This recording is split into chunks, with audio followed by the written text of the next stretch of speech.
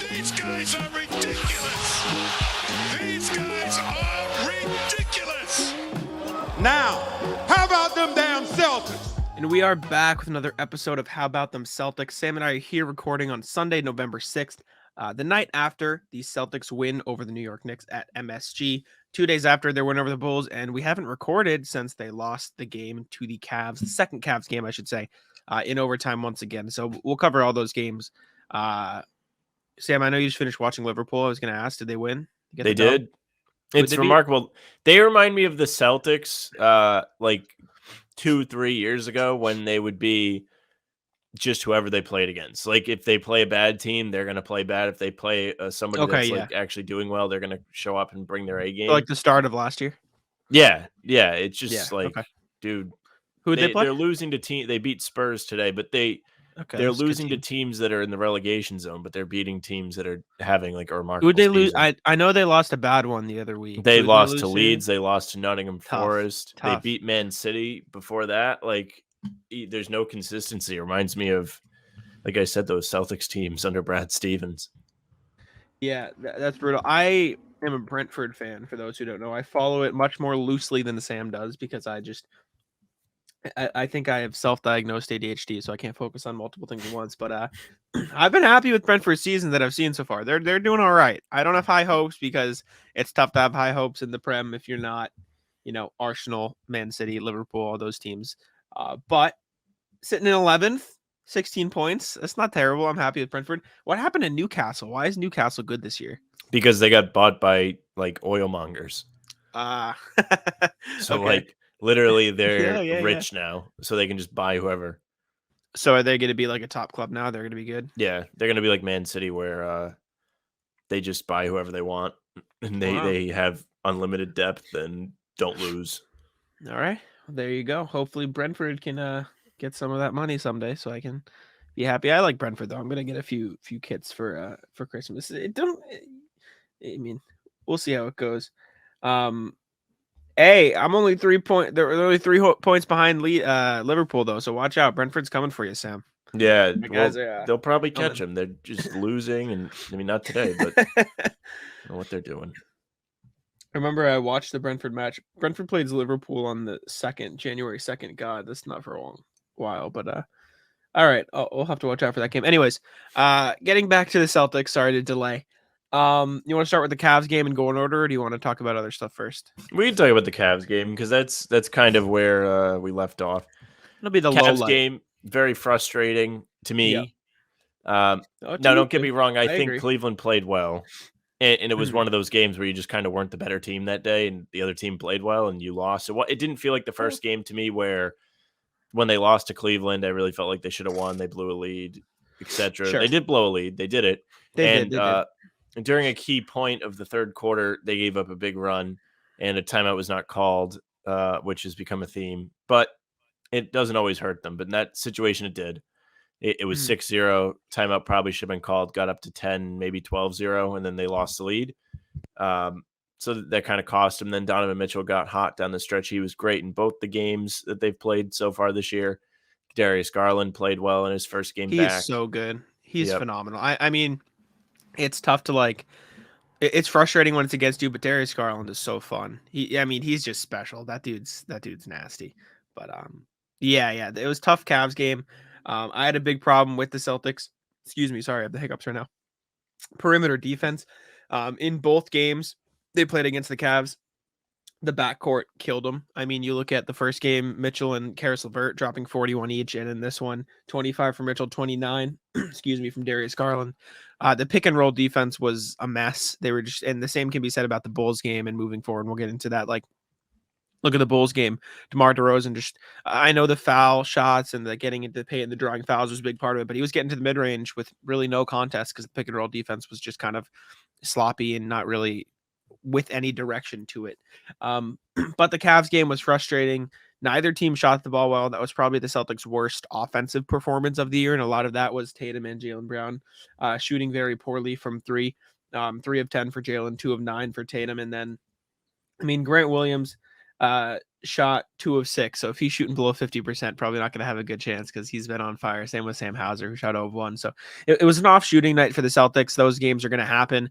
They stayed in it. The defense wasn't great, and they stayed in it. It was just the case of, like you said, Donovan Mitchell, Darius Garland turned up at the right moments. Celtics kind of fell flat. They took some dumb shots when they didn't have to. They fell into the trying to win. It wasn't the most concerning loss of the season. I'll say that. Like, it fell more under the category for me of, all right, well, that sucks. But in versus the Bulls game, the first loss of the season, which was, all right, this is a mess. But it happens. You're not going to win every game. They bounced back in the next two. So it kind of not flew under the radar, but it was easy to get past because of how they responded. In the next easily swept under the rug. Exactly. And then moving on to the Bulls game, which we can talk about more in depth because the last two games were the last 2 days when we're recording this. Celtics survived DeRozan's 46-point explosion.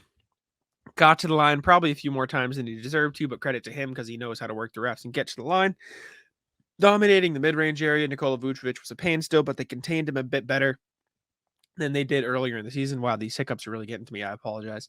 But Jason Tatum, career high in free throw attempts. I think he had 20. He made 17, finished with 36 points, 12 rebounds, and 6 assists for Tatum. Marcus Smart, Jaylen Brown putting in okay games as well, but Malcolm Brogdon was the big guy off the bench, put in a great shift. I think he shot 9 of 10, 8 of 9, something like that from the field. Got to the line, had 22, 23, 24, something around there points. Played really well. And they just kind of outworked the Bulls. The Bulls made a run at the end of the game behind Vucevic and DeRozan, but Derek White's 3 sealed it off, and they stayed composed. Although they allowed the Bulls to make the run, most of the shots the Bulls hit in that run were tough looks or just really good offense, and the Celtics stayed with it. So I credit them for that. The defense wasn't amazing, which has been a trend, but the offense kind of stood the test, and I was happy with the Bulls win. There were some things you could look at and complain about, but I was happy with the way they stayed composed at the end. I don't know about you. Yeah, I was really feeling like they were going to lose that Bulls game the whole time. They really never could pull away. And it was pretty frustrating to watch for me just because I really hate that. I hate when they just can't get out of their own way, can't get stops. It was tough with the amount of fouls that were called both ways. I think this season we're seeing a lot of whistles on ticky-tack stuff, which I kind of hate. Mm-hmm. In yesterday's game in New York was a little different. There wasn't as much of that, which was good. But that's something we'll talk about later. As far as Friday goes, thought that Tatum played pretty well. He was solid. Brogdon was the star of the show, though. 9 of 10 from the field. And I saw something on Twitter today. He is amongst some top Celtics in terms of drives per game and getting to the basket, which is huge because I can look that up. This is a team that is absolutely infatuated with the 3-point shot. Love it. I hate it. On Friday, they took 31 threes, which I believe was the low of the season. And they scored a ton in the paint, which is why Tatum was able to get to the free throw line so often because they were driving, getting inside, and getting good shots. In New York, it was a different type of game. They obviously put up 27 threes for a franchise record, made 25, 27. Beautiful. Jesus, Sam, for a franchise record. But as far as Friday goes, I was really pleased with the offensive play. Defensively, it was kind of frustrating to see DeRozan score so many points, but he got to the line and made tough shots. It's just kind of what he does. Vucevic made far too many threes. It was kind of ridiculous at one point. He just was on fire, not missing them. Dunsumu finally decided to start missing against the Celtics, which was kind of cool. Kind of missed. He missed 3 shots. He still hasn't missed a 3 against the Celtics, though. So that's a stat for you. That's fun. Love that. They benefited from Drummond not being there on Friday, I would say. They did. I agree. Helped them on the rebounds. Celtics actually won the rebound battle. They got more defensive rebounds and offensive rebounds. I have to cough 1 sec. Excuse me. Sorry, I'm muted. They won the rebounding battle against the Bulls 39-37. DeMar DeRozan obviously led the way with his 46 points and 22 trips to the free throw line, or I guess 11 trips to the free throw line, or however many it was with the and ones. But Tatum shot 20 free throws as well. Put up an all-around performance. on a night where he didn't really shoot well. He shot 8 of 23 from the field, 3 of 10 from 3. Jaylen Brown shot 6 of 14 and 0 of 3 from 3. He didn't shoot well either, but the free throws kind of saved them. And Malcolm Brogdon obviously had a great performance as well. And the stat you're thinking of, Malcolm Brogdon currently leads the Celtics in drives per game with 12.3, which is a pretty ways down in the league leaders, I will say, because some of these guys are doing that a lot. Like who leads the league in drives this year, Sam? I'll ask you that. Oh, that's a good question, man. Is this something I should be able to get? It's a bit, well, I don't want to say it's a bit off to the side. It's not one of these top stars you'll think of. No. It is like a star player, but it's not like somebody on a good team. I'll put it that way. He's on a bad team. It's not somebody on a good team. Is it Gilgeous-Alexander? It is. It is. He has 25 drives per game, which is like crazy because Brogdon leads the Celtics at 12.3. Luka is second. John Morant is third. Jalen Brunson is fourth, and Trae Young is fifth. A lot of guards up there, but Shea's been having a phenomenal season this year, so something's working there for him. And the Thunder are 4-4, so it's not like they're. I don't want to say they're a bad team. They should be a bad team, but they're playing pretty good basketball. So shout out to SGA for a good season so far. But yeah, Brogdon put the team on his back against the Bulls. I was very happy with it. We were both at the game, which was fun. I was there as media, and I think sitting right above you, right? I was trying to look for you around the stadium, but yeah, I was sitting directly above you. You must have been right above us because absolutely you were facing the TV view. You had the TV view where the logo was right side up. So did I. It was a really good time though, Jack. Do you want to talk about that? Was your first game as a media member, right? Yeah. Congratulations. Yeah, it was. Thank you. It was dope. I mean, I had a good time. Set up on the 9th floor. Got to go down for the press conferences. Thank you to Bobby Manning, friend of the show, showed me around, make sure I didn't get lost. Saved me from the fight on Causeway Street, which a couple cruisers were called. That was entertaining before I got in there. But no, yeah, it was good. I got up, sat up on the 9th floor, watched the game, did the recap, sat in on pregame presser with Missoula. I watched the screen fall on Jason Tatum at postgame. I was there for that. Had to help point. I didn't say anything, but I pointed with the rest of the room screaming. Yeah, it was fun. I enjoyed it. I think I'll probably be back for another game somewhat soon. But it was a good game to watch. I will say, though, not caught fully on TV. Sam, you'll remember this too. I thought Marcus Smart was out cold at the end of that game. Yeah, I did too. He looked like it. He was like laying there. Still completely. Did anyone ask him that in the post games? Did they say what happened? No, really. I mean, I didn't think of it. I was just observing. I didn't want to ask anything my first time, but no one else asked anything either, and I didn't think of it, admittedly. So, yeah. I was concerned. He looked really hurt. One of my friends is always on me because he says Marcus is always falling around and looks like he's hurt all the time and things like that. I mean, but then he comes out the next day and has his best game of the year. Yes, on a back-to-back. Yeah, excuse me. Sorry. He was solid against Chicago. He wasn't fantastic or anything, but he was all right. He's been on the incline after a very slow start to the season. Shooting wise, hadn't been shooting well. Shot well yesterday. Really inconsistent. Yeah, because of how good Brogdon was, he didn't have the ball in his hands too much. Brogdon had a season high 25. Marcus Smart was kind of forced into an off-ball role. He didn't have many assists, 1 rebound, 1 assist, but he shot 5 of 10 from the field, 2 of 4 from 3 against the Bulls.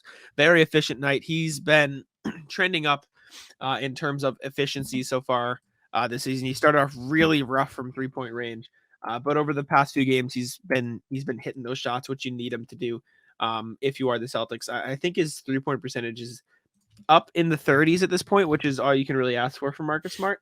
I'm wrong. It's at 28, but he's getting there. And that's what you need. And I think over the last few games, he is shooting a lot better.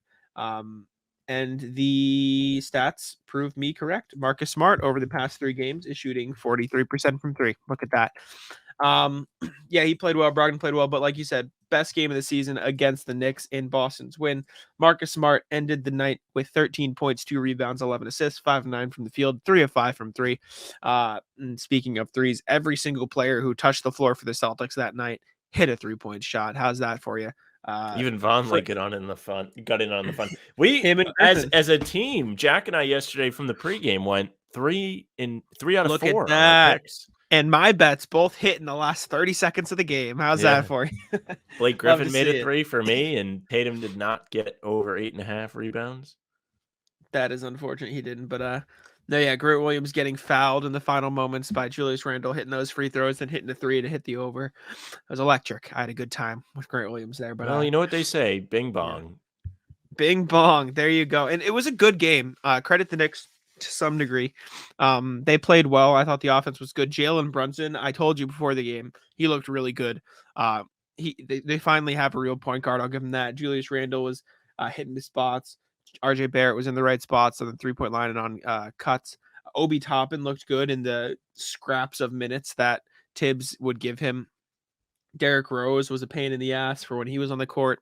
I'm sure you noticed that because he was very annoying. But yeah, Celtics just kind of pulled it out at the end. The defenses didn't really show up, but when they needed to, they clamped down and they got a bunch of good looks on offense still, and they pulled away at the very end, which was great. Another good game from Brogdon, 14, 5 and 5, 30 for Jalen, 26 for Tatum. But the big story of the night, outside of Marcus Smart's double-double, was Sam Hauser, 17 points, career high, 5 of 8 from three-point range. It's fitting that the Celtics franchise record for three-point shots happened with, Mr. Three-point shot Sam Hauser, hitting 5, career high there too. He looked really, really good, as he has all season. But this Knicks game was really another coming out party for the Hauser story, which is great because he's been great. Yeah, he's been really great at getting himself open. It seems like he's not taking a lot of difficult threes. Every look he's taking is easy, which credit to the distributors on the team too. But he's just so confident. Everyone believes in him and they know what he can do. So it's even better for him. It's a better environment. He is just so trusted. I mean, even as he got hotter throughout the game, he just started pulling. He didn't care. Somebody was in his face. Didn't matter. He even drove a closeout. Yeah, he drove a layup with the left. Impressive stuff from Sam Hauser. I almost wish he was the only one that would take threes. There was a stretch in that game yesterday where they kept missing and they were real cold from three. And I was just thinking to myself, I was like, Hauser should be the only one shooting. Good to say. I was like, I've had enough. Let Grant shoot too. It's so crazy how they took a season low the day before and had a good game and scored in the paint. And then yesterday with no real center, Hartenstein was there, but Robinson was out for the Knicks. Horford was out for the Celtics. So both teams without their starting big and Rob obviously out. And they didn't really take advantage of it. The Knicks did. They got in the paint real easy, and the Celtics didn't capitalize on paint chances, or they didn't even really go for them. Everything was a drive and kick. And I think they got kind of lucky that the threes were falling. I didn't think they played that well defensively. Think it's luck. I don't think it's luck. I think they shot really well. They shot 53% from three, but they've been a really good 3-point shooting team all season. They have. Maybe lucky's not the right word. It's fortunate that they had a performance like that, because if they didn't, they lose that game. Sure. Because they depended on it so heavily. They weren't doing anything else. I will say, though, I think a reason they depended on it is because I remember the stretch you're talking about where they did go a little cold, but it was a very small stretch. And for the rest of the game, they didn't really have those like against the Bulls. They took some threes. They started off driving, but they did have some stretches where they took threes and they didn't fall. And then they went right back to getting which is the good. paint. I will say in New York, they were getting a lot of good threes. A lot of the threes that they got were generated off of extra passes, good ball movement, things like that. It wasn't the dribble up, one pass, shoot. That's when it becomes a problem, because not only are you missing shots, you're not making the defense work. You're letting them get off easy, and they're having more energy to come down and score on the offensive end instead of really having to buckle down defensively for 15 to 20 seconds, and then they're working for it. They're earning the stops. You're not making them earn stops if you just are chucking. So fortunately yesterday they weren't in the chucking mode, even though they took a bunch of threes. They did a great job moving the ball. I thought it seemed like every player had a point in that game where they made an extra pass and it worked out. Felt like every time. You said they shot 53% yesterday. So over half the time it was working. I would have liked to see them be a bit more aggressive inside, just because of the lack of a real rim protector for New York. And I think at the end of the day, when you're trying to build a lead, you need to be better at that. You need to be getting better shots. And another issue I had was defensively, they couldn't get a stop. Part of that was Horford not being there. That's bad. The reason why that game yesterday was so close was not because the Knicks played well per se. it was because everything was easy for them. Points in the paint galore. Brunson played really well, but everybody else had easy looks, whether it was from three because the Celtics had to overhelp or they were just getting to the cup like it was nobody's business. That's why it was close till the end. And then Tatum took over and played really well in the fourth quarter. He was probably the best performer in the fourth that I've seen since maybe Isaiah Thomas, it felt like. Wow. Yesterday felt like a takeover game for Tatum. You just trusted it. I trusted him, which doesn't usually happen for me. Usually I think it's kind of ridiculous, a lot of the shots that get taken, but thought he was pretty good. There was the 1-3 that he came over the pick and just kind of chucked it and it dropped, and it was in an important spot, but he had it going. Good for him. Yeah, I think the whole team played well. They were hot from three, obviously, but like you said, I was trying to find while you were talking how many of those threes were assisted on, but I couldn't find the stat, but I have to assume it was a high number. Because like you said, it was very good ball movement all around. Most of the shots they took, obviously, all Hauser threes and Grant threes are going to be off of good ball movement almost always because they're not shot creators. Sam usually goes for Derek White, although he did hit a pull-up three against the Knicks. Hit a big three in the Friday game against Chicago too. Yeah, at the end of the game, that was huge, and he hadn't really been playing. I don't want to say playing well, but he hadn't really been shooting well all night. That was his first three. But Celtics this year have been an amazing three-point shooting team. It's not really something you've seen in years past. It's kind of been one of the main complaints about the team is that they didn't have enough shooting around the Jays. You look back to rosters with Brad Wanamaker, Shemi Ojeleye, Daniel Tice, Carson Edwards, who they were all right three-point shooters. Like you could count on them to make one every, you'd feel okay with them shooting that shot, but you didn't feel like, all right, this is probably going in. Like Sam, now there's guys on the team that are on your, if they shoot it, I think it's going in list. Like Hauser, Sam Hauser, Grant. It's funny, none of the stars. Derek White, even this year, is shooting really well. I feel pretty good whenever he shoots the ball now. You don't? No. I should. I probably should. The stats. I'm not saying the stats are lying or anything. It's just he hasn't made the cut for me yet. Doesn't mean I don't want him taking shots when he's open or anything, but I don't feel like great about it when he shoots it. I feel about Derek White the way most people feel about Marcus. Do you want to play guess the 3-point percentage for the Celtics this year, Sam? All right, yeah, we can do that. Let's see how well we think the Celtics are shooting. All right. You want to just go in order and you can just guess their percentage, or should I give you a random player and you have to figure it out? Do the random because I can I can kind of cheat if I. We'll start with Derek White then. What is he shooting this season from 3-point range? Probably like 42%. He is shooting. Hold up, I was on last 3 games. I have to change it.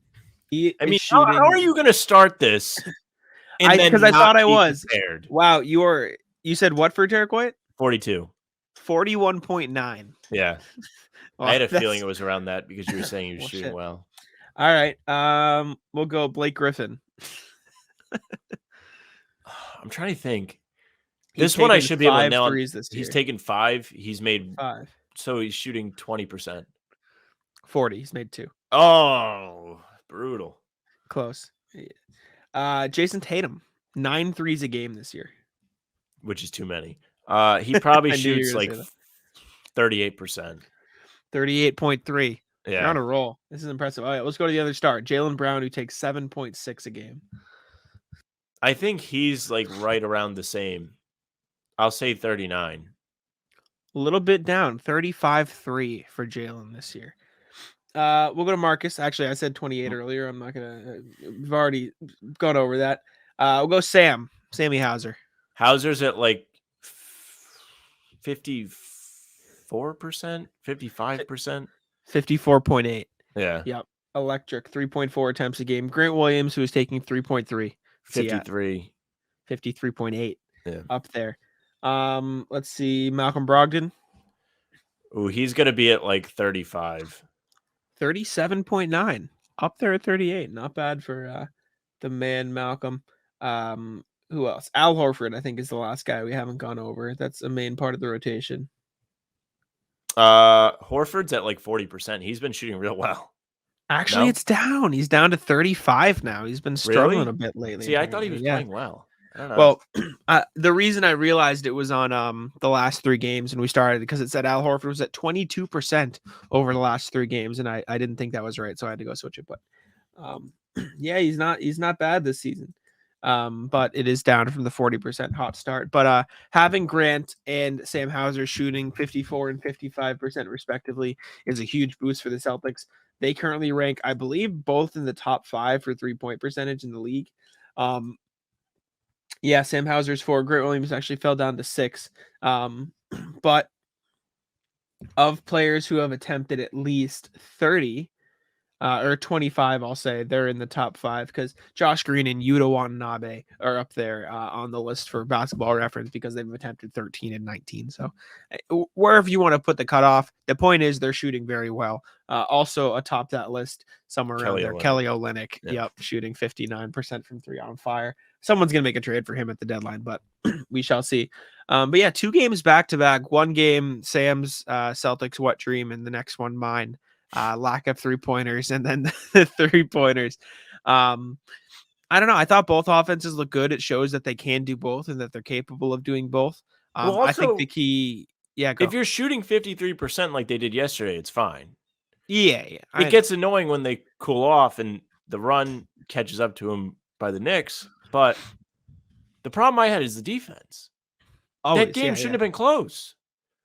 If you're making 53% of your threes, fans shouldn't have to sweat down the stretch, which I guess we kind of didn't because they iced it. But up until like 5 minutes left in the game, it was close. And it shouldn't have been close. It was. It was close. It was frustrating.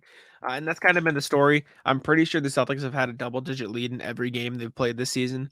But most of them have been close. I think the only game that hasn't really has been the Wizards game, right? It's the only game that wasn't close that they did manage to win pretty convincingly. But that's going to happen. I mean, I understand that teams are good. Like, I think there's more talent in the NBA this year than there have been. I think as much as the defense is bad, even like when you look at league averages, offense is up around the league. Like, teams are scoring a lot more. Not an excuse for the Celtics defense being the way it is. They're still fully capable of being a much better defense. And Joe Mazzulla talked about how they were getting onto the right track. They've had a little bit of fall off in these last 2 Bulls Knicks games, but against the Wizards, even in that Cavs game, they were pretty good on defense. The Cavs less so, but that Wizards game was a good indicator of how good they can be on defense and what they should be doing, although they were helped out a little bit by Bradley Beal having an off night. I think it can get there. I think Rob coming back will definitely help. Again, not an excuse for how poor the defense has been, but I think they've shown signs of turning things, in the right direction on defense. And as far as the threes go, Sam, they've attempted, they took 51 threes against the Knicks, which it's a lot of threes, but if you're making 27 of them, I think you get a little bit of a pass. And then they've had 8 games this season, 1, 2, 3, 4 of them they've shot in the 30 to 40 threes, like as in 30 or more. And then they've shot 40 or more in another 4 of them. So, taking a lot of threes. I don't know if they lead the league in 3-point attempts. They're second. Who's first in 3-point attempts, Sam? Not Golden State. Yep. It is Golden State? Yes, Golden State. Golden State takes 41 a game. Celtics take 40.7 a game. What's your sweet spot? How many threes do you want the Celtics to be taking this year? 36, maybe. Okay. I just don't like when it's like piling on and it's significantly more than the amount of twos they're taking. I just think it's lazy. Yesterday was not a game where it was lazy because the ball was moving so well, like we kind of talked about earlier. But when it is lazy and you're just making one pass and a guy's shooting, even if you might think it's a good shot, there's so much extra time where you can just work and you can work to get a better shot. You don't have to just settle right away. Well, I think that's part of what the Celtics are playing this year. I think they're emphasizing playing fast. I think Joe Mazzulla wants them to play fast. And I think you can play fast, but there's a difference between fast and lazy. I don't think they've been playing lazy. And yes, there have been moments where Jason Tatum takes a pull-up in transition. I guess you could qualify that Derek White pull-up as lazy in transition last night because he just kind of pulled it. I give him somewhat of a pass because he doesn't really do that. And I mean, he was hot and he made it. So whatever. Jaylen Brown sidesteps, the dribble, whatever. Early in the shot clock, those are rough. But if you get it out in transition, you kick it to somebody who's pretty open on the 3-point line. That's fine. I want you to take it. In transition, it's fine. It's the half-court sets that are bad when it's just one pass. The guy brings the ball, passes to the wing, and the guy shoots. And we've seen plenty of that. I'm fine with it, though. Like you're fine with it, but then when it piles up and they keep missing and nobody has to work on defense and they're on the wrong end of a run, it's horrible. Okay, yeah, I don't want them to do it a million times in a row if it doesn't work. But if it is an avalanche. That's how it works. Yesterday there was a sequence 3 in a row they did. In Friday's game, they did the same thing. It was quick. It wasn't possessions where they were working and then moving the ball and making the extra pass and then taking the 3. Those are fine. There is a difference. I agree with you. When it gets on a string, it's bad. It's a slippery slope. That's the problem. Yeah, and they get into the cycle of bad shots. But I think yesterday was even more scary because they started 5 of 6, and all they were doing was shooting threes. And I said to my dad when I was watching the game with him, I was like, "Oh man, like when I tweeted, I said when they cool off, there's going to be, they got to adjust to it." They didn't really cool off, though, which was good. Yeah, good for them. I mean, I'm glad to be wrong if they're winning. I really don't care, but yeah. It's just unnecessarily close. But the real problem yesterday was the defense, not the threes. And I think that's been the case for the majority of the season. I think the defense has been the biggest issue. I think 43s is a fine number. I know it's a lot, but I think they have. And this is something I've said throughout the duration of us hosting this podcast, like all the way down back in 2019 when I started it, throughout the COVID season, the 2 seasons after. This is what, our 3rd full season of doing it. Yeah. Right. I've said, I like the offense they're getting, but they don't have the players to make the offense work. And you can be my, No, my I agree. You're right now. Now they do. Now you have role players, Grant Williams, Sam Hauser, who are shooting above 50%. Yeah, it's fine. Exactly. And those are 2 guys I don't have problems taking threes. Exactly. And I don't think there is a player on this roster that I have a problem with taking a 3. The only exceptions would be maybe, I don't think Noah Vonleh and Blake Griffin should be taking 3s in every night. I think last night was maybe a special occasion where they got open. I'm okay with it if it's in the right spot and in the right timing. Like you said, if it's a bad run and your answer is a Noah Vonleh 3, maybe not. Maybe you'll look for a better shot. But in the position they were in, he was wide open. Both of Blake Griffin's 3s were wide open. I'm fine with them taking it because, I mean, they've shown they can make them. So if you're wide open, you might as well take it. But outside of those 2, I'm happy with an Al Horford 3. Marcus Smart is the other guy maybe I'm more iffy on, but if he's open, he's got to take it. Brogdon's shooting well. Derek White, obviously the Jays are good. Hauser, Grant, anybody in that rotation, I'm fine with taking a 3. And I think it goes underappreciated how rare it is to have a lineup like that in the NBA. Even in like the league now where there are so many great 3-point shooters, there aren't a lot of teams where you're comfortable with every single guy taking a 3, right? Like, you look at the best 3-point shooting teams. I mean, the Warriors, they don't want Kevon Looney shooting 3s. Like, he's not going out there chucking, right? The Jazz are 3rd in 3-point attempts, probably because of Will Hardy out there.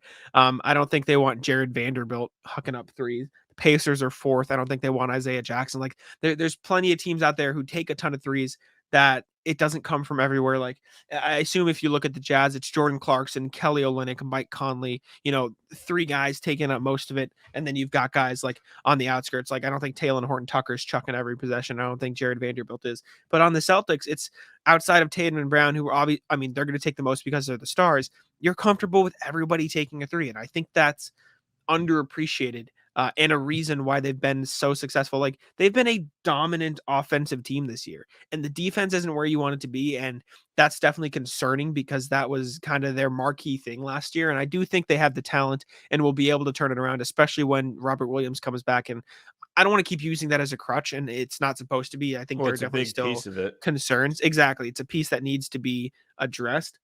But the offense has been so good this year that it's been able to carry them. They're averaging the most points per game. They are 5th in 3-point percentage and 2nd in attempts. They attempt the 22nd most attempts per game for field goals, but they're 6th in field goal percentage, right? They take smart shots. They play fast. They play well. And Joe Mazzulla deserves a ton of credit for that because they were a great offensive team last year in the second half of the season under Ime Udoka. But I think with the pieces he's been given in Sam Hauser and Brogdon there as well, Mazzulla has gotten the most out of this group, which you could say, oh, it was easy because they have all these pieces. But the way they've been playing is a game changer. Exactly. In fairness. I just think the way they've been playing is, I don't want to say like vastly different, but I think it's noticeably different. Like, they're playing faster. I think they're putting an even bigger emphasis on threes. And even when they're not putting that bigger emphasis on threes, I think it's either a three or a layup. Those are the shots they want. They're not taking a ton of mid-range shots, and when they do, it's Jason Tatum or last night Grant Williams dribbling in and taking a jumper at the free throw line. But I think the way they're playing offense is very analytically sound, which I know you don't love, but it's also just smart basketball for the most part, which I think deserves a lot of credit. I think in terms of this season versus last season, I'd rather have the defense than the offense. Sure. Don't get me wrong, it is nice having all the firepower, but you're going to lose a couple games here and there because of the inconsistency. It's natural. It's natural to have an off shooting night. It's what happens. Everyone has bad shooting nights. And I think it's natural to have an off defensive night too. I'm not saying that's what's happening because it's been a lot of off defensive nights for them, but I think it's good to have the talented offense that they have while they continue to figure out the defense. Last night, Joe Mazzulla had a quote. He said, our offense is set in stone, but our defense will change based on personnel. And I think it's that fluctuation that probably hurts them sometimes because, I mean, you've probably seen it too. The way they play pick and roll defense changes every possession, right? They'll drop back one time, they'll step up another, and it lets the defense the offense just get around them, get easy looks, and it's tough. I think once Robert Williams comes back and they have this sort of set in stone starting lineup, the set in stone rotation, it will start to iron out. And until then, I think it's just about them figuring it out and trying to get back to the point they were last year until Rob does get back. They need him. It's going to be such a game changer. And you kind of saw a little bit of it yesterday with Marcus Smart and Blake Griffin doing the pick and roll and how well Marcus was able to set him up. When Rob is back, it's going to be so refreshing to Marcus Smart because he's really strong when it comes to finding guys around the basket, playing with a big man, a two-man game. That's going to be another weapon you can add to your offensive repertoire. But the defense is just going to be worlds different. You're going to have a safety net. You're going to be able to rotate better. You're going to just have more flexibility and not have to do everything the same way with the pick and roll and have to give up things. You're just going to have more firepower defensively. I just think when you are struggling offensively, defense can win you a game. And it's the same the other way, but it seems more likely that you can buckle down and rely on a defense because it's pretty much set in stone. That's how you're going to play. It's a team thing. It's not one guy has to be hot and everyone else needs to follow suit. It's just you work as a unit. That's why they were so great last year. They were great with the rotations. The switch everything started to work, even though at first, I will say, I was not a fan of the switch everything. I don't remember if you were, but there were a lot of situations where it would leave them out to dry, and you'd be like, weird. Why are we coming up the floor and having Rob pick up Kyrie? And it would happen. It would. And I think what you said is true. It is vice versa. I think offense can win you games when defense isn't playing well, and defense can win you games when the offense isn't playing well. I just think in this scenario, the offense is working because they have the right pieces and they've implemented a structure where it doesn't really matter who's on the floor. They will always have a ball handler because they have Brogdon, Derek White, and Marcus Smart. They will always have for the most part, Jalen and JB, Jalen and Jason, one of them is always on the floor. And even when they're not, they play a lineup with multiple shot creators at the guard position. On defense, I just think it's tougher because the personnel this year, like last year, they had a great defense because they played so big, and they can't do that right now because they don't have the personnel to play that way. So they're forced to kind of figure out a different way of playing defense. You can say, "Oh, just switch everything." That's a lot easier when you have Rob switching on a guard. They don't have the personnel. They don't. Exactly. Rob's good at switching on to guards, and they've tried it a decent amount this year, but teams will look to attack those mismatches. Like Sam Hauser, who's done a great job, by the way. Teams will attack him, and they're going to. They haven't been super successful. I know. In fairness to him, and you said he's done a great job. He has. He's been better than I think anyone can imagine. And it's funny, I was thinking about Sam Hauser. I think that was going to be the next thing I wanted to bring up. Is I went to the game Friday as well, like you mentioned, and I went with Timmy G, who's the Banner Banter podcast. Very nice of him. He always promises Jack and I will take us to a game. I got to go. Jack will go another time this season. Yep. And we were having a chat, and he was saying how when Hauser's on the floor, it really only makes sense to have him out there if he's going to be a focal point of the offense. And he's actually like really right. Right? Like it's so true. He should be your top two of your scoring options. He needs to be in the top 2. That's how lethal of a shooter he is and how much you can rely on him, and you're running sets for him. You should be looking for him to put the ball in the basket. And we saw it in New York yesterday, how consistent he was able to be, and he has been all season, over 50% from 3. That's a weapon. Imagine that crazy. like 10 years ago, somebody doing that well shooting the ball from 3. They would be an all-star. Now he's just a role player. Yeah, no, he's having a phenomenal season. You can't really ask for much else from him. And I think this is a big reason. Before the season, we talked about how, can Sam Hauser average 10 points? And it sounded crazy, but the reason is, like what you said, when he's on the floor, he's going to shoot the ball. He's going to get the ball, and he's going to get those opportunities. And per 36 minutes, he's averaging 18 points a game, right? And a big reason for that is he's only playing 11 minutes a game right now. But when he's on the court, he's scoring, the hiccups. He's averaging 6 points a game in 10 minutes. Like if he's on the court, he's going to score. Yeah. I'm getting to the point where I'm like, he needs to be out there. More. Like I'm legitimately out there more. I'm legitimately thinking to myself, like, okay, Tatum's off. Why is Hauser not in? Exactly. I 100% agree. And they're playing a lot of these. It's not like a hype thing. I don't think it's not like when people wanted Taco to play. He's just good. He's legitimately good. And he's so reliable. It's such an asset to have him on the team and on the floor. I think he needs to get more minutes. It's crazy. Before the season, we were just saying, oh, maybe he'll do an okay job filling Gallinari's spot. Now, should Gallinari come back, whenever that may be, at the end of the season, next season, there's going to be a real discussion of whether or not he's even necessary, because Hauser is just a force. Hopefully he keeps it up to where we have to have that problem. It's a good problem to have. Man, like, I really am like, he needs more minutes. He does. When the offense is stalling, I'm like, why is he not in the game? Yeah, he's incredible. He's done all the right things this year. He hits his shot when he gets it. He has one of the most impressive releases I've seen on an NBA court. Like, he catches it and he just shoots it. It's like Duncan Robinson-esque, right? And before the season, you heard Grant Williams on the Duncan Robinson podcast say he'd take Sam Hauser in a 3-point shooting contest over anybody because he doesn't miss.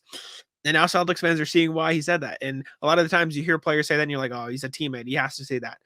Grant Williams, the guy's nasty, right? It's crazy. And he's the only player on the Celtics shooting better from 3 than Grant Williams himself. And they're taking around the same number of threes per game. It's really impressive. I've been very happy with Sam Hauser. And back to the point that started this discussion, he's holding his own on defense, but I think a reason they're not able to play the same style of defense is because defenses will attack Sam Hauser. You've seen it a lot of another thing. They attack Derek White in the paint. Like, say Derek White gets switched onto a big man because they're running a 2-guard lineup instead of a 2 big man lineup with 1 guard. Derek White will get stuck on Nikola Vucevic. He'll get stuck on Jared Allen, and they'll just kind of mow through him. Same goes for Malcolm Brogdon. Marcus Smart can get away with defending those big men because he's good at it. I'm not saying Derek White and Malcolm Brogdon aren't. I think they've done a solid job, Derek White especially. Saw a lot of Derek White trying to guard Vucevic and trying to guard Hartenstein. It didn't go well. Exactly, but the point is they'll just get scored over because those guys are bigger. And I think that's why they can't play the same style of defense, so they're kind of floating and figuring it out and kind of in the middle of nowhere. Not in terms of like they're lost as those guys on the court, but as in Joe Mazzulla is trying to find a new style of defense to play with these players, and they can't use the same one that was so successful last year. And the offense has been a good crutch for that because it's been so hot and so reliable with the way they played. And Sam Hauser, wrapping back around again, has been a big part of that because he's been a joy to watch, and I've been very happy with it. Happy with Tatum too. Obviously, as obvious as it may sound to talk about the best player on the team, he's still averaging 30 points, 8 rebounds, 4 assists on 50, 38, 90 shooting. Like, he's MVP conversations. I'd say I told everybody. I said bet him to be MVP. It was plus 1,400. I don't know what it is now. I don't think my app has it, anyways. But I think he was primed for an MVP run after the second half of last season. The only question was, is he going to be able to play in the fall, because he never can, and then he turns it up once the new year comes around. He's going right out the gate this season. Mm-hmm. The Celtics are looking like they might be a wagon. The only team in the way is Milwaukee right now, in Cleveland. I was going to say, in Cleveland. But seriously, that Milwaukee team looks good. But like in terms of like a dominant player, like Do you think Mitchell's going to win MVP? Is that I think he's above conversation? Tatum right now. I think he's Well, above that's because Tatum. they beat him twice. Well, and he's putting up better stats. Is and he? He's putting it. Donovan Mitchell is averaging. The only reason I know this because I was looking. He's averaging. Well, I guess they're around the same. 31.5, 6 and 5. So they're like pretty even, but the record probably takes Mitchell over. Sneezing. Sorry. That was real funny to watch with no sound. I'm a mess today. The hiccups, sneezing. I've got. I don't know if it's like cold or hot in my room. I think it was cold last night and it's hot now, so my nose is running. I'll tell you what was hot yesterday is the betting. Yeah. Red hot from our friends at Smash the Odds. They got to plug it because I believe it was a 7-1 day yesterday. We won like 12 units. It was absolutely nuts. Wow. Big That's bets incredible. on Georgia. Can't imagine betting against Georgia. Absolute wagon. LSU, we had like spread and they won. Notre Dame, we had spread, they won. There you go. A lot of upsets yesterday in college football too. Like Alabama lost to LSU. That was awesome. A lot of fun. But if you're not at least following them on Twitter, I really don't know what you're doing at Smash Odds. Free picks. At Smash Odds on Twitter. Jack, Tim, feel free. If you want the picks, I'll send them to you. I'll forward them along to you. I'm sure Devin would be happy to. But I feel rich today. Wow. Love that. I might have to get those picks. We might have to do it. I did want to ask you before we get out of here. Random, because I know, well, obviously I have the stats in front of me and you don't, so I'll have some better sense. But if you had to pick your top 5 in MVP voting right now, what would you do? Giannis won. Team's a wagon. Okay. I don't know. I literally couldn't even tell you what teams are good right now. I've been just focused on the Celtics. It's tough. I gotta look. I gotta look at the standings. This is really bad. Yeah, you're good. I'm not a moron. I swear to God. I just know this season has been so screwy with the start to it for certain teams. I sprung it on Sam in his defense. I kind of. Let's see. I caught him off guard here. Utah, absolute wagon. I can't get over that. They're incredible. They're like genuinely just really good. And again, I steal a lot of thoughts, wagon at home 4-0 from the front office with MVPs, Keith and Trevor. But my thing is, I think that the Jazz aren't like one of these fluky teams that are going to be bad. I just think they're genuinely good. Like they don't have any star players, but they have enough. I said something like that over the summer. I don't know when I said it, but I was like, that Utah team really isn't that bad. It was Mike. I was like, Mike Conley's solid, Sexton solid. Mm-hmm. Like the rest of their squad is decent. Like they didn't get rid of Clarkson. They have Olynyk who can somewhat play. Obviously he's shooting well now, but at the time, like he's still serviceable. He's not a bum. Well, I think a lot of players or a lot of people thought they would trade a bunch of players, but they just haven't. Like Lauri Markkanen's leading them in scoring. He's averaging 22, 9.5, and 3. Like he's playing incredible. Jordan Clarkson averaging 17 a night. Sexton with 14, Olynyk with 13, Mike Conley with 12. Like they're just playing really well, man. Like they just got a lot of guys who are playing really well. And look at me trash talking Vanderbilt. He's taking a 3 a game, shooting 55%. So I guess they got guys. All right, but to answer, it's probably Giannis. Oh boy, I would say Ja's gonna be there. Okay, Luka, Mitchell, Tatum, maybe. That's my top 5. And not all right. Look at that. I didn't even know that. I see. I always feel good when you agree with me. Although I will say the only not switch because it doesn't matter that much. I might have Trey over Ja right now. But Ja is doing more of a carry job because the Grizzlies are hurt. But the Hawks are on par with the Celtics right now, 6-3. How about but the Grizzlies 9 are p.m. 6-3 start too. Monday, man? What the hell? Is it? That's brutal. 9 p.m. in Memphis. Not thrilled. Got to tell you, not thrilled having to get up for work the next day. No. It's not like it used to be. But fun fact, the first day I ever did a morning shift in the news, Celtics played in Memphis at 9 p.m. Might have been a Monday. And it went into overtime, and I just didn't go to sleep. I just stayed up. Never went to bed. I mean, respect, but that's brutal. It was brutal. I couldn't believe it. By 7 a.m., I was slumped. I used to do that. I would get nervous that I'd sleep through my my tests in college, and it wasn't even that. I just didn't want. I was like, oh, dude, like it's not even worth like going to bed. Like I'm gonna wake up and be tired. Like I might as well just stay up. Yeah, fair enough. I can't believe I did that. How'd it go? It was terrible. It was horrible. I was exhausted. It was 7 a.m., dude. I was like falling asleep at my desk. People were laughing at me. I wasn't really established yet. It was horrible. I mean, yeah, I would laugh at you too. That sounds funny. Yeah, I was like, I had my head down on the desk. It was real bad. A nightmare. Bad look. Tough. The secret is the nap. You know you're doing a morning shift. Needed. You nap. You get your sleep that way. Mm-hmm. For sure. All right. That's all I got. Anything else you want to bring up before we get out of here? No, I don't have anything, man. I gotta start writing stuff down. I've been an uneventful week. I feel sorry. One thing, Robert Williams traveling with the team now on this 2-game road trip. That's good. He said rehab is going well, saying that they're trying to keep him from doing some of the athletic stuff, but he's running the court. He's running pick and rolls. Shooting threes. Exactly. Good news though for Rob. Nice to see him getting back into the swing of things. But, yeah, I'm glad he's back, but I also kind of don't care. It's not like the playoffs where I was like, oh, they kind of need him to come back. When's he gonna come back? Take his time. Take your time. We're looking at it now as a luxury because they're playing without him. They're 6-3 without him. They've beat some D teams. Yeah. You don't really need to rush him back. I don't want him to rush back. I want him to come back when he's ready. I don't want him to come back and not be good either. Like in the playoffs where he clearly wasn't ready. Yeah. I'd rather them keep him out till February rather than come back too early. I'd rather February than too early is what I'm saying. That's my point. Take your time. They're playing well enough. Doesn't matter. And hopefully the defense will turn around when he does get back. I have to assume. It'll be interesting to see how he does the rotations then, though. Mazzulla, because you have 2 guards off the bench instead of 1, assuming he sticks with the double big lineup that worked last year. But anyways, thank you guys for tuning in. We appreciate it. I guess it was an abnormally long break. We took it was 3 days since the Ime emergency pod. It's different. Well, We're trying to do multiple. We decided to take a break really because I wanted to play basketball Thursday, but actually because we had done 2 podcasts back to back and there was only 1 game. Yeah, so how far could we really take that? Even though we probably could have did a show because they lost. Anytime they lose, it's always easier because I'm fired up at the very least. We had got a lot to say. Yeah, 2 games to talk about this time, or 3 games, I guess. Technically, Jack's like, and we're back in another episode, and I'm like, I got something to say. He cuts me off. Yeah, that's all I got. I'll leave it to you.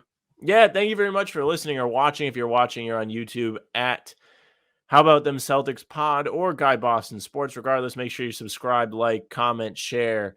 Love the comments. I always cheat and leave a like, right? But you can get a nice look at Jack and I. You get the shorts, which people like. You get the pregame shows, which are always a lot of fun. We had a good crew yesterday. I think we had a good amount of people that came by and said hello.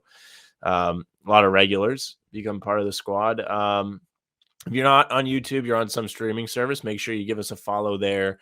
Leave a good rating, whatever it is you do there. I don't know. I don't do the ratings, but I like the streaming. I like listening. I don't do YouTube. You can't. Well, let me rephrase. I don't do YouTube for podcasts. But make sure you follow us on Twitter or Instagram or TikTok at How About Them C's.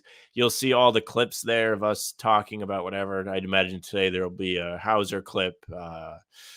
Let's see. What else could there be today? Me trying to figure out who the MVP should be. That would be a disaster. How they need Rob. Just general stuff. I'll figure it out afterwards. If you want Jack and all his glory and all his work, you can follow him at Jack Simone NBA. And if you want me with all of that but less, at Sam LaFrance NBA. That's our show for today. Tic-tac-toe.